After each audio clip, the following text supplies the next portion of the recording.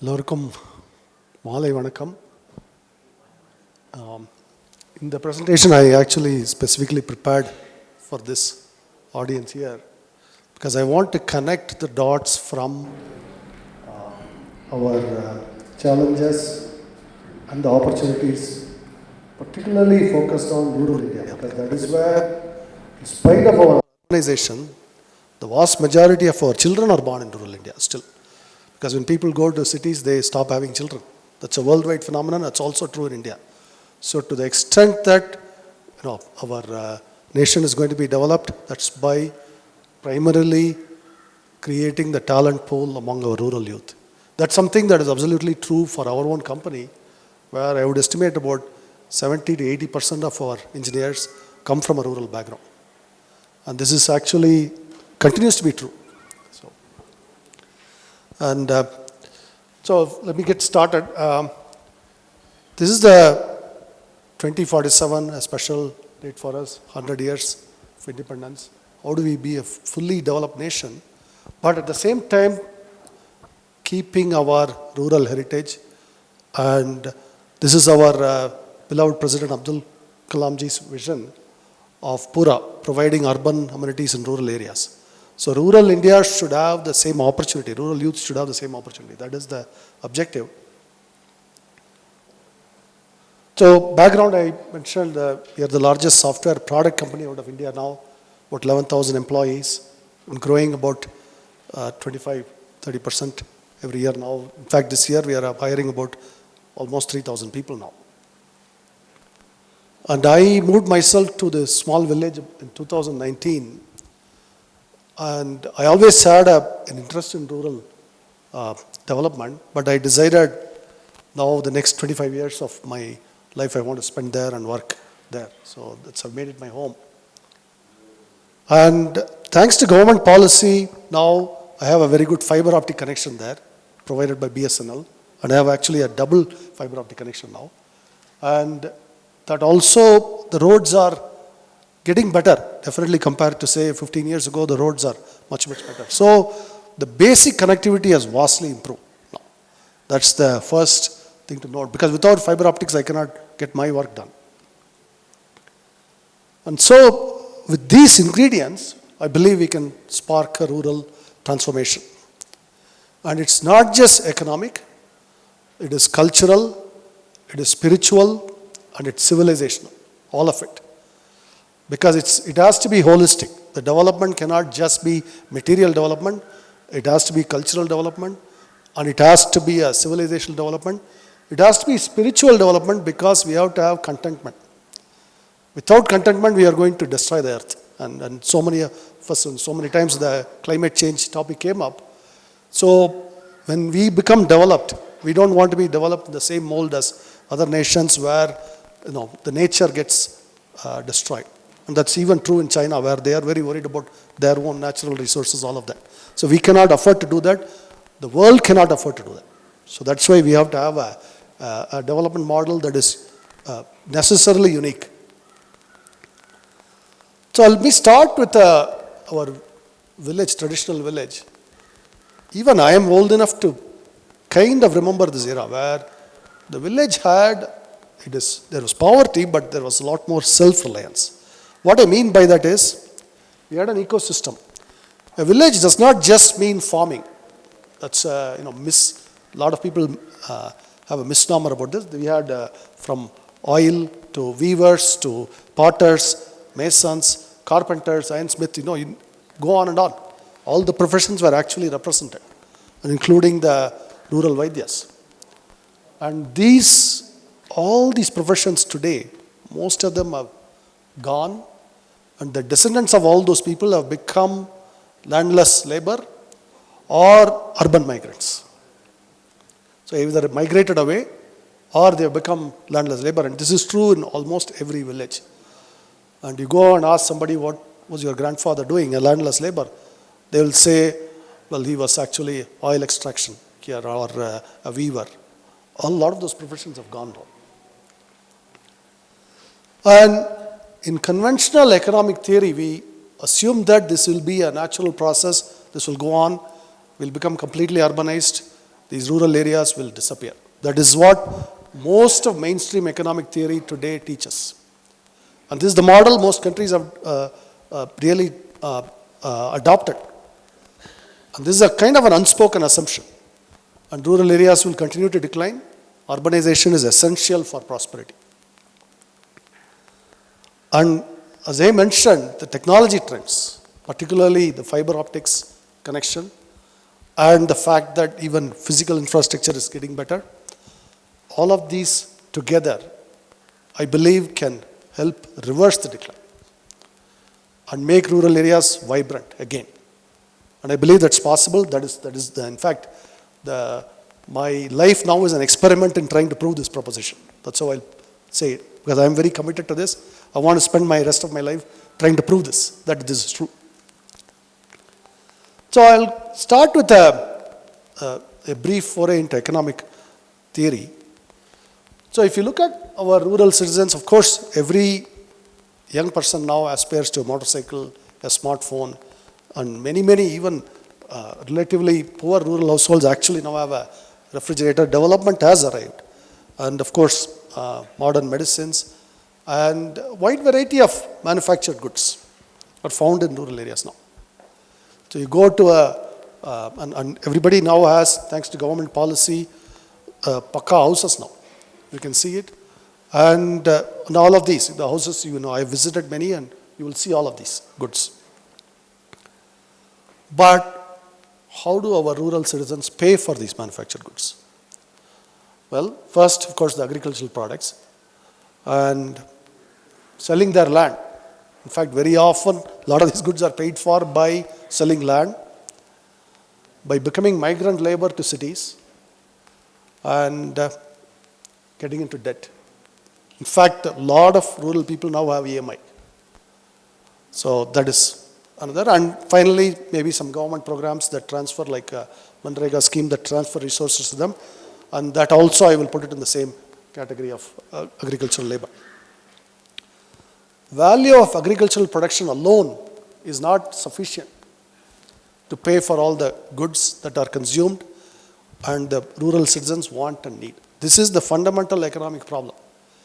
We have a demand, we have a need, but what we produce is not able to pay for it. It's a fundamental imbalance, and that you can see visibly in every village, and that is why either migrant labor has to arise or go into debt, sell off the land, and lands are, the small farmers are progressively losing their lands, and then they lose the touch with the soil, they have to migrate. And other than agricultural production, all other choices, getting into debt, selling the land, migrant labor, all of them lead to decline of rural areas. So ultimately, rural revival is about creating that balance. The word balance is very critical to production of manufactured goods in rural areas. There is no other option. Production of manufactured goods is absolutely vital. And I'll talk about, there are countries that actually do this successfully, and you may be surprised. In Germany and Switzerland, they actually have really vibrant rural areas because they produce manufactured goods, world-class companies there, and a lot of those workers also own farms and they are part-time farmers. So they don't just do farming in rural areas, they also produce sophisticated manufactured goods. So this is where I talk about this as a district-driven development model. We have about 800 districts in our nation, 38 or so now in Tamil Nadu, and the development has to be driven from the districts, from rural areas. And so many of your universities are in rural districts, right? So what is our most pressing economic issue? And everybody will say employment, particularly for our vast rural youth. This is the most pressing national issue for us, and this will be true for the next 20 years. And ultimately, employment itself comes from demand for goods and services. As I mentioned, we have the demand. Our own rural youth, rural people want those goods and services. We just have to connect the dot to employment. The demand is there, but how do we produce for the demand? So ultimately, it comes to the fulfilling the wants and needs is about know-how and capability. So I may want a motorcycle. Ultimately, I have to produce enough to fetch that motorcycle. I have to have some skill somewhere to be able to afford that motorcycle. So the know-how and capability is crucial in order for me to afford that motorcycle, or a smartphone, or a gas stove, or any of the manufactured goods. And this is directly, the know-how and capability is directly leading to higher education. Because this is where the universities, higher education, all of that come in. And we have a vast network of colleges and universities, a lot of them in rural areas. And so it's not that we lack the actual infrastructure of higher education. We do have it. And yet, there is little or no industrial development in many of those regions where the colleges are located. You have many good colleges in rural areas. We go and hire a lot of students from there. And yet, if you look at the surrounding, 30, 40, 50 kilometer surrounding district, there will be little industry. And our own Tanjavur district is an example, and Tenkasi district is another example. Both of them have good colleges, but hardly any industry. So this is what I say, the universities have become efficient vacuum cleaners of talent. They suck the talent, then they deliver it to cities or abroad, right? And this is our brain drain. I think that topic came up today. And this is our real curse today, that we have the rural university, rural colleges, but they've become vacuum cleaners. And then many other students languish without job opportunities. So this is the phenomenon where you have somebody who has an education, finished college, they'll have to work as a security guard, or they have to become a Swiggy driver, any of those things. Because, and even as industry will say, we don't have enough talent. So you have that mismatch. Now let me first dispense with some conventional criticisms that we level. What is not the solution? Because I don't actually share those criticisms. Our problem is not that our universities are bad. And this might be a lot of people will say, oh, our colleges are this or that. The reason I'm not saying that our universities are very good, I'm just saying our universities are about as in other developed countries, many of them. I don't want to compare the US, but I'll compare other countries. I'll show you. Actually, universities in Japan or Germany or Korea or China are not that different from our universities. And this is actually, in fact, if you go back and look at China's development, if you look at Japan's development, they started publishing all those papers after they become almost developed. They didn't become developed because they developed the universities. The universities developed because they became developed. And in fact, Japan and China still worry about rote learning. China still very much, this is a real issue for them. They say our students are doing rote learning, and they debate, active debates are going on, even in Japan, as advanced as Japan is, about how to nurture creative thinking among their students. So it's not just, something unique to India. This is actually all of Asia shares similar features in education. It's not just India. So we must not think that somehow we are unique in this. Other Asian nations have faced similar issues. And why I say that is, that has not prevented these countries from creating world-class industry. That the same Japan, where they worry about rote learning, and there is a lot of rote learning even today in Japan, they have world-class industry. So rote learning or any of these things, criticism, is not going to prevent us from developing world-class industry. So what sets us apart is not that our universities are bad. I want to re-emphasize that. It is the lack of sufficient industrial base. That is what is our problem. And once we get that industrial base, we actually will get the universities to match. Our universities will become, all the metrics will improve. But we need that industrial base. And in fact, even when we have the factories, and our Congo region, our Coimbatore belt, Tirupur belt have the factories. We have a substantial number of factories, but we often lack the technological know-how on how to build the machines and the production processes.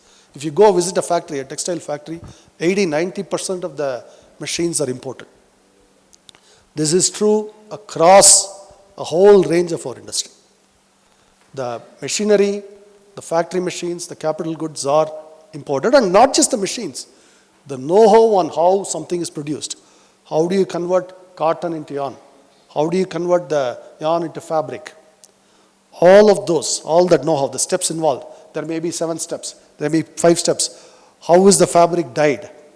There may be 6 steps. I visited all these factories. And the technological know-how comes from abroad, and the machines come from abroad today. This is in spite of having all the engineering colleges, all the engineers we produce. And in fact, it's not just textile. You take even a humble product like a nail clipper. The machines that produce a nail clipper are not trivial. These cannot be just, you cannot just imagine this up quickly. It takes some time to figure out the process involved, the steps involved in making a nail clipper. So I want to emphasize that because the product may be a household common product, as common as a nail clipper, but what went behind it is not as trivial as that. So what is the solution? So this is something that I stress. Industrial development and academic development have to happen together. It is not, we have already tried this experiment. Actually, Tamil Nadu has been at the forefront of creating engineering colleges even in rural areas. But all of the rural areas we have created the colleges, we have not developed the industry. But we have exported a lot of talent. In fact, a lot of talent from Tenkasi or Tanjavur, all of these places, or in Silicon Valley, or in Seattle, in New York, all of these places. But we have not developed those places, and we have left behind our own rural students, rural youth behind. And I would argue necessity creates the invention. That means when industrial development starts, the demand for skill and know-how automatically gives a push to the universities, and the universities catch up along with it. So it's a very much a push and pull process where the industry creates the demand, and then the demand is fed. And then there is all the programs that start happening there. So this is what I want to emphasize. Our universities will only become world-class when our industry becomes world-class. These two cannot be separated. We cannot just have world-class universities. In fact, even IITs. IITs have actually improved a lot only after the IT industry came in, because now resources have come in, push has happened. Now IITs have gone up in a level. But this can happen to all our universities only when there is an industrial base in those areas. So this is what I would suggest for if you focus on extensive skill development programs to local industry. And the local industry can be very humble, but they will need skills, and that skill development must be primary. And in fact, when I visit factories, very often the same group may have a private engineering college too. I tell them, your engineering college and your factory should work together much more. Don't think of the engineering college as a separate activity from the factory. Those students should be learning about the machines in the factory, and you should have programs. How are we going to make those machines? How are we today? We are importing it for 3 crores. How can we make it ourselves? That should be the goal of the engineering college. In fact, I'll narrate a story. This happened in about 1987 or 88. A Japanese professor visited IIT Madras. I was a student from 85 to 89. A professor from Japan was a visiting professor, and he gave some lectures.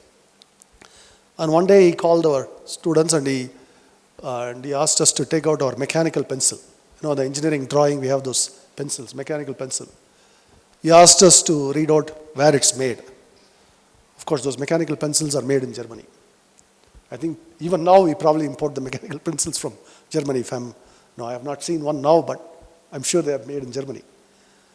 He said, something I will tell you, your bright Indian students, you all should be ashamed that you are importing this product and you are not making this. In Japan, we'll be ashamed. In Japan, we will have a program to replace this, to figure out how to make it ourselves. So as engineering students, you should focus on the mechanical pencil and not on some big things. First, this must be your first focus. This is actually something I really was drilled into my head, that to promote that local, how do we make it ourselves? That is the beginning of all industrialization. And so you start with those local industry humble products. It could be brick making. It could be, for example, I'll tell you, it could be mud bricks, where it's compressed mud bricks. But the machine involved is 20 lakhs. Where is it coming from? That's what the engineering student should be asking. How do we make that machine? How do we cut those bricks? Could be as humble a business as brick making, but there is machines involved now. How do they cut the mud precisely? And those kinds of machines. Start there. Somewhere you have to get started. And then from those machines you climb the ladder. And this is where I'm going to talk about our Zoho Schools of Learning. And I'll describe this program because this is exactly what we have done. We take our students from very humble backgrounds. Most of them come from government schools, Tamil medium students, rural background. Typically they'll be 10 plus 2. About 30-40% of them could be 10 plus 3, polytechnic finished. They'll come the age of 17 or 18 typically. And we cast a wide net, 13,000 apply, we let anybody apply. Whether they finish school or not, anybody, just about anybody can apply. So this is not actually, we don't have a requirement. In fact, they apply typically when they are in school. We don't even ask them whether they finish school. We don't ask for any certificate, nothing at all. And we select about 125 this year now, and we are going to actually increase that to 250 soon. The vast majority are children of parents who have not gone to college. So these are all coming from that extremely disadvantaged backgrounds. And they also come with little or no prior computer exposure. So that is also a fact about most of our students. And we start paying them because of their background, particularly where they come from. A lot of them, one reason they join those schools is that they need to go to a job, they need to earn. So we actually pay a stipend. And we also provide food. And we are doing all this because we want to show them we are investing in you. We are going to invest in you, and in return, you have to learn. That is your goal now. And they start with, the education is entirely project-based. We start with learn to operate a computer, set up a website, write email, all that. And they progress rapidly. The first week, 2 weeks might be like this. If you come in 3 months later, they would have progressed to some programming. You come 8 months later, they are creating games. Of course, the first thing all the young students want to do is create games. But they are often, by about 1 year, they actually probably will beat me in speed of how well they code. Of course, they are young, so they have the advantage, right? So our instruction, and this is very important because actually we mostly will use Tamil in the classroom with a mix of English words. Along the way, they will pick up how to read documentation. The documentation for all the programming might be in English, but they will speak Tamil. This is how the Japanese or Koreans or anybody works. Japan, any of you visited, you know, right? Hardly anybody speaks English. In China, absolutely nobody speaks English. And they are still programming, they are creating advanced technology where a lot of the documents might be in English. They are actually reading, but they will converse only in Chinese or Japanese or Korean, whatever, right? So this is the same strategy we adopt. Everything will be in Tamil. Even when the students, some of the students, about 5% actually come from out of state now. They quickly pick up along with fellow students. They are young. So 16, 17, they pick up and they converse in Tamil. And whatever works to get across the information, that is the goal for us. And students learn by doing, and the teachers learn and master the subject matter, then teach. That means they actually, if they give them an assignment, the teacher would have done the assignment and make sure that they can do it. That's important because often, this is a problem, right? The teacher cannot do it themselves, then how can they teach? There are no exams, no grades, and there is no official final exam or nothing. Every day they are doing projects, so the faculty know where the students stand. When somebody is struggling with something, the faculty will come in and provide additional help. They may have an hour or two of some kind of a concepts explained in the classroom. Entirely, most of the afternoons are spent in actual work like this, projects, small projects like this. And students are encouraged to work on individual projects as well as work in groups. Because ultimately they have to work in groups. In any team, there is teamwork involved. So they learn at the age of 17 or 18 how to work as a team. Within 1 year, just 1 year, they are able to join as trainees. This is quite remarkable because when we actually did this, our very first batch was 17 years ago, and we had 6 students. We started with this. And one professor who actually came from a background, he resigned his job in a college because he wanted to try something new in his life, so he came and joined us. And his first goal was to go recruit some students for this. He went to the Chennai school in Saidapet and he asked around the school headmaster and found some students who were not going to college because they could not afford to go to college. They joined us. And first 2-3 months, we were figuring out how to teach, what to teach, all that. And yet in 1 year, I was really surprised to see the progress they had made. And so after that experiment, we just expanded it massively. And they become regular employees of the company within 18 to 24 months of joining the program. Most of them are only sometimes 18, barely 19. And 90 to 95% of the students complete the program.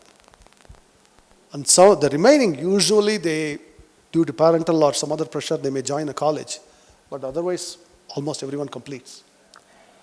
And when a student completes the program but is not placed, meaning when they complete it, team is not, I think we provide them additional training. So maybe they may be there another 3 or 6 months, but eventually some team will hire them. So in other words, teams are not required to take our students. So that way, that keeps our Zoho schools honest because the teams have to take, the team managers make independent decisions. So the faculty cannot push the student. And that way, the faculty have to be sure that the student will be taken by a team. And we have only about 5 students per faculty member because we have to give very personalized attention. We want to do that. That's very important, and so that's why we keep that ratio like that. So these are some of the no exams, no mandatory attendance, no fees, stipend. Teachers learn and teach. Students learn, teach juniors because a lot of the students volunteer. After this, they become employees and they go often, they'll spend time in the Zoho schools to volunteer for the next generation. We have tinkering labs, and this is another crucial thing. Our syllabus constantly morphs to what we need, what is going on, because software industry keeps changing. In fact, what was fashionable 10 years ago is no longer fashionable in terms of even the infrastructure, all of that. So we have to be constantly evolving. That's why our teachers also are on their toes and the curriculum keeps evolving. And we have a buddy system where we connect every student with an employee. So there are a lot of employee mentors for cultural learning, support, all of that. And we initially started with software development. Now we have design, sales and marketing, support. All of those skills are taught now. There's a school of business, we call it. And we actually expanded recently to various age groups. So there is the one that I mentioned, the school pass outs, and then there is one that are college pass outs who didn't get a job. We have now a program for them. And then now we recently launched Marupadi for women who have actually dropped out of the workforce for various reasons. Maybe became mothers, maybe they took 10 years off and they come back maybe at 35 or 40. And we have created a 6-month refresher program for them to rejoin the workforce. Because this actually we saw that there is a need in the market for that and this valuable talent. So we call this Marupadi now. So that's a program we just started. So all these now are, there's something that universities should do. That's one suggestion I have is maybe create for various age groups. Not just the 17, 18-year-olds, but also 30, 40, all that. Because there is a lot of relearning can go on. Now the whole Zoho schools is now in our 17th year. And we are trying to expand it. I have set a goal that our intake should be 1,000 students a year in keeping with our company need. So we are expanding our infrastructure to accommodate this. And about 1,300 of our 11,000 employees have come from this program. So about 1,300 have no degrees at all. There's only this thing is we have this. And they are doing some really, really impressive work. And you'll be surprised how there are some people now, the older ones, people are, no, if you go back to the earliest batches, those employees are in their mid-30s now from Zoho schools. They manage teams of maybe 40, 50 engineers. And most of them will have degrees. But their manager does not have a degree. They came from Zoho schools. It's very common in Zoho now. And we have actually some of the brightest talent also has come from this program. People who are actually doing really, really critical work that we file patents on, some of the students have done. So some lessons I'll say, advanced skills and know-how are very context specific. What I mean by that is we are doing this, we are able to do this because the context of work, what we do as a company, the software we develop, all of this is right there available. Our employees are available for consulting with the team. So we have integrated the two extremely well. And even as a student, I go back to my own time in IIT Madras. I often would have a burning question, why am I asked to learn this? What is the use for this? And often the question is, someday this might be useful. But we are throwing too many subjects on this basis that someday it will be useful. Nothing is actually retained. In fact, I would ask, as I know I have a PhD from Princeton in electrical engineering.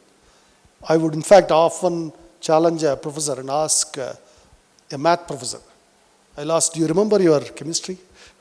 A math professor will not remember any chemistry. Right? This is true.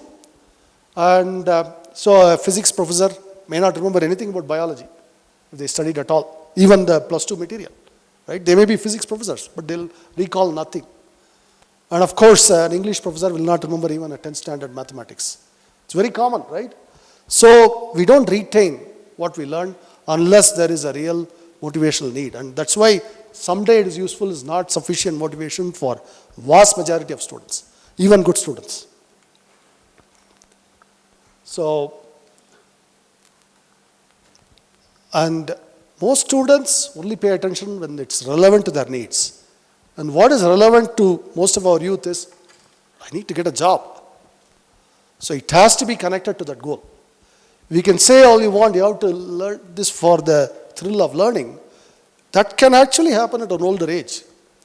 For example, I taught economics myself because I had a burning desire to understand why our rural areas are poor. I wanted to understand poverty, you have to understand economics. So that was on my own initiative.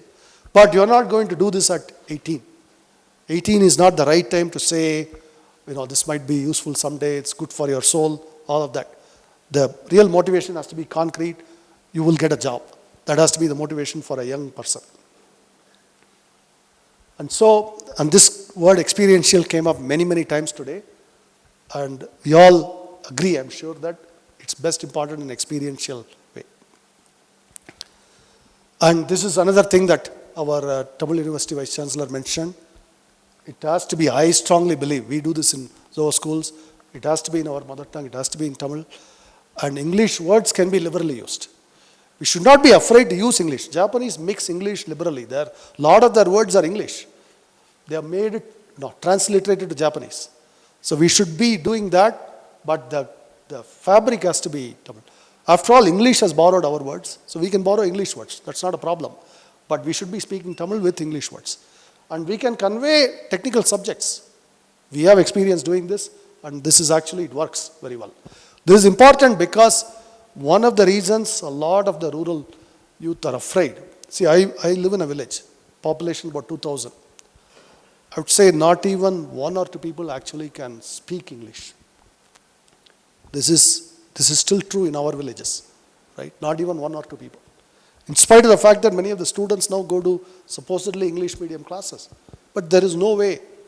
And this is actually, every country has tried. Japan has tried very hard to make their people English fluent. They have failed. So it is not, I do not believe India as a whole is ever going to become an English speaking nation. That's a wrong goal, and that will destroy our own roots. So we must use our own languages in education. And in Tamil Nadu, we should use Tamil. And And this is actually another thing that I have found. Rural students find pure English medium a big barrier. And so we must remove that barrier. If we want to open the doors for rural students, how we teach must change. We must liberally use, the textbook may be English, but we should be teaching it in Tamil with English words. And this is another, see, people will say, is Tamil Nadu big enough? Well, Finland has 5.5 million people. Tamil Nadu has 80 million people. So, Finland uses entirely Finnish. Finnish is only spoken in Finland. They use Finnish for everything. Swedish language. Sweden has fewer people than Chennai. They use their own language. And that's why I don't mention China or Japan or anybody. These countries use their own languages. Countries that are much, much smaller than our big cities. So we can use it. It's not a problem. We can transliterate. It's very much possible, but we must set this as a goal. And this is another thing that our UGC chairman mentioned.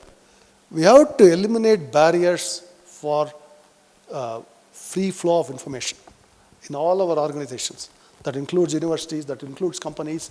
In Zoho, there is a culture where all our students, all our employees, everyone addresses everyone, that teaches everyone by name, including me. And this is something drilled into them from the beginning. So even you'll see an 18-year-old addressing me by name in the company. And this actually removes barriers. I get a very free flow of information. That's the only way that we can run very high knowledge-intensive efforts. Because knowledge has to flow freely. And when we have knowledge-intensive, it's not true that I have the best answers. Somebody who's 20-year-old may have better answers than me. That answer somehow has to reach me. If it does not reach me, that idea, then I will not have access. I will not make the best decision.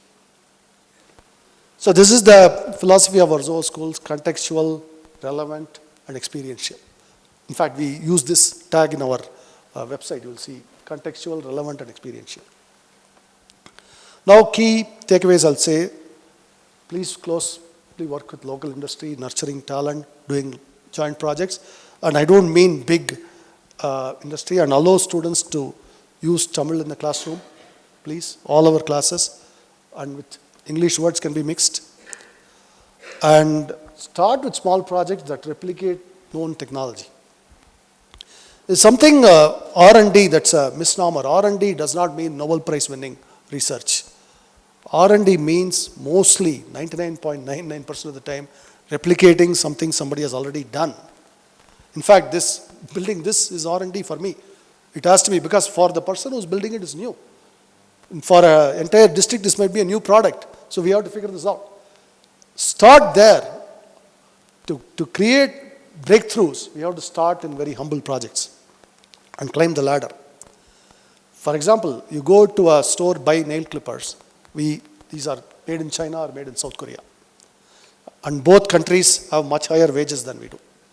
South Korea is a fully developed nation with 25 times the wages. China has 3 to 4 times our wages. So at first, we of course need to import the machines that make those nail clippers. I mentioned those machines are not trivial, and we have to figure out those machines. So a project for local industry is see what is the machinery. Most of the time that's made abroad. What can our students do to replicate those machines? And we then climb the ladder towards technological R&D sophistication. This is actually exactly how our company has developed. Today we are doing projects where we are filing lots of patents. Very critical new technologies coming out of Zoho now. But 15 years ago, 20 years ago, we were not like this. We actually had to build very humble products, and we climbed the ladder. And within 25 years, I'm very confident we can be actually a forefront of science and technology. And China has climbed this ladder now. In fact, I'll tell you something interesting. In 5G, there is no American company at all. Chinese company Huawei, and Huawei leads the world now in the technology. There are European companies, but Huawei is way ahead of them. And yet 20 years ago, nobody would have thought Huawei will beat them. Similarly, Taiwanese TSMC has now overtaken Intel as the #1 semiconductor company in the world. 10 years ago, nobody would have believed it, that Taiwan could beat America in semiconductor technology.